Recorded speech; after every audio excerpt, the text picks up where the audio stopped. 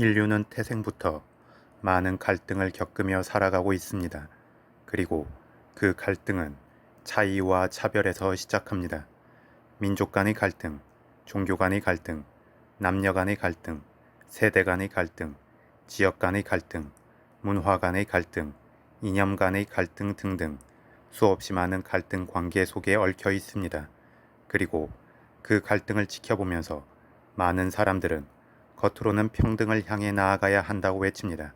하지만 2017년 대통령이 된 미국의 트럼프의 사례에서 보듯이 이 세상은 겉으로 보이는 사람들의 외침만이 아닌 보이지 않는 많은 정반대의 생각들로 움직이고 있습니다. 즉, 세계 문화를 선도하는 미국에서마저도 많은 차별을 인정하고 그것을 강력히 추진하려고 하는 트럼프가 대통령이 된 것입니다. 그리고 그 과정에서 샤이 트럼프 유권자가 전면에 등장했습니다. 그렇다면 우리나라의 사정은 어떨까요? 당연히 미국에 비해서 더 큰 차별과 갈등이 존재합니다.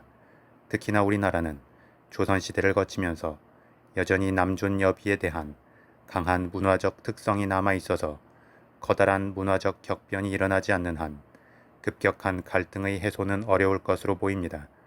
그럼에도 불구하고 선진국으로의 도약을 꿈꾸는 현 상황에서 남녀차별의 문제를 크게 개선하지 못한다면 자타가 공인하는 선진국의 반열에 오르기는 소원할 것입니다.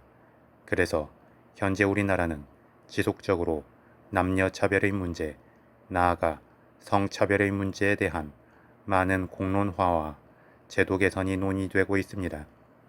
그리고 그 정점에 82년생 김지영이라는 책이 있습니다. 어쩌면 너무도 평범한 우리 주변 여자들의 이야기이지만 그 평범함이 평범함으로 받아들여질 정도로 우리나라는 남녀차별의 문제에 있어서 보수적 입장을 견지하고 있음을 알 수 있습니다. 즉, 남녀차별의 문제가 단지 남자가 여자를 차별하는 것을 넘어서 여자들 스스로도 일정 부분에 대한 남녀차별을 당연하게 받아들이고 문제로 여기지 않고 있다는 것입니다. 아니 어쩌면 문제로 여기지 않는 게 아니라 해결을 할 수 없다는 것에 대한 자포자기일 수도 있을 것입니다. 82년생이면 이제 40살을 넘는 나이입니다. 평균 수명이 75살을 전후해서 형성되어 있다는 것을 감안한다면 대략 인생의 중반쯤의 나이대입니다. 결혼을 해서 아이가 있을 나이이고 기본적으로 대학을 졸업하고 사회생활을 경험했을 나이이고 위로는 친정 부모님과 시댁 부모님이 있을 나이이고 때에 따라서는 주변 사람들이 죽음을 경험하고 있을 나이입니다. 그래서 이 사회의 중추를 이루고 어느 한 사회의 문화적 가치 척도를 대변하는 나이이기도 합니다. 그런데 책에 보이는 82년생 김지영 씨의 삶은 7, 80년대에 사회의 중추를 형성했던 우리 부모님 세대의 삶에서 크게 바뀐 게 없어 보입니다. 아니 오히려 더 퇴보했다고 할 수도 있을 것입니다. 즉, 교육을 받을 때에는 여자들도 꿈을 펼칠 수 있고 그런 환경을 제공할 것처럼 배우고 컸는데 막상 사회에 나오면 전혀 달라진 게 없다는 것입니다.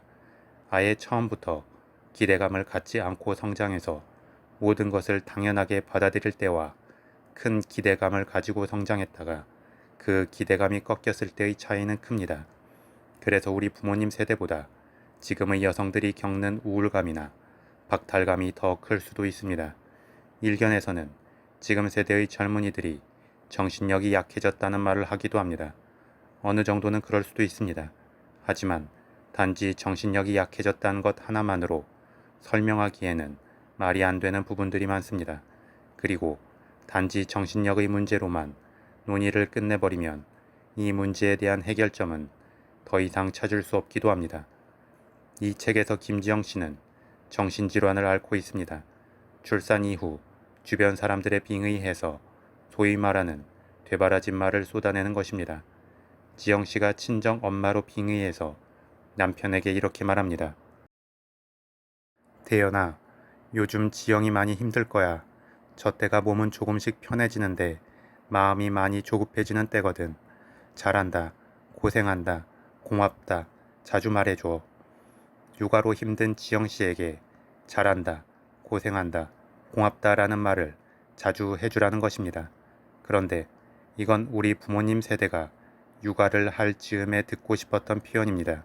하지만 지금은 저런 립서비스 수준으로는 안 됩니다. 육아는 혼자 하는 게 아니고 나누는 것입니다. 잘한다, 고생한다, 고맙다라는 말은 필요 없고 함께 행동으로 옮겨야 할 시기가 바로 지금 세대의 행동 양식인 것입니다. 그런데 현실은 아이가 태어나면 남편들은 야근이 많아집니다. 주말에도 더 바빠집니다.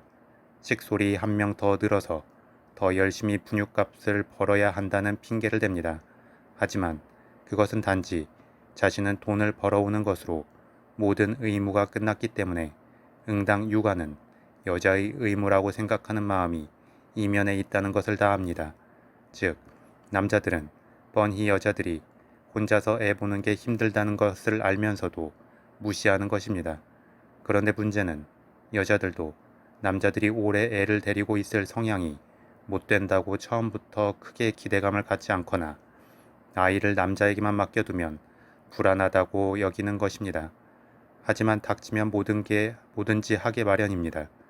그래서 생각 있는 남편이라면 적어도 주말의 하루만큼은 여자들에게서 육아의 짐을 내려놓게 할 필요가 있고 여자들도 그 시간만큼은 남편이 나름의 방식으로 아이를 잘 볼 것이라 믿고 온전히 자신의 시간을 즐겨야 합니다. 이처럼 여자들에게 매주 휴식의 시간을 주면서 아이의 엄마, 누구의 아내, 시부모의 며느리가 아니라 온전히 자기 자신으로 존재하면서 자아를 인식할 시간을 줄 필요가 있습니다. 그래야 여자들도 자존감을 잃지 않고 미래를 꿈꿀 수 있고 미래를 꿈꿀 때 더 즐겁게 아이를 키울 수 있습니다. 그러면 결국 그 혜택은 또 남자들에게 돌아갑니다. 자기 자식 잘 키우는 최선의 방법은 여자들이 연애를 할 때처럼 한 명의 여자로 대접받을 수 있는 시간을 갖고 자존감을 회복했을 때이기 때문입니다. 또한 여자들도 바뀌어야 합니다. 참 우픈 건 여자들 스스로도 여자들이 여자들을 더 죽인다고 생각한다는 것입니다. 가장 대표적인 것은 시어머니와 시누이입니다.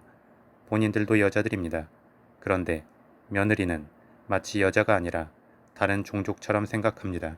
그래서 당신들이 그렇게 차별을 받고 성장했고 지금도 그 차별 속에 있음에도 불구하고 며느리에게는 새로운 기준을 적용합니다. 마치 남자들이 군대에서 똥군기가 사라지지 않는다고 말하는 것처럼 여자들 사이에서의 어떤 군기 같은 것들이 너도 똑같이 당해봐라 라는 심정으로 자행되고 있다는 것입니다.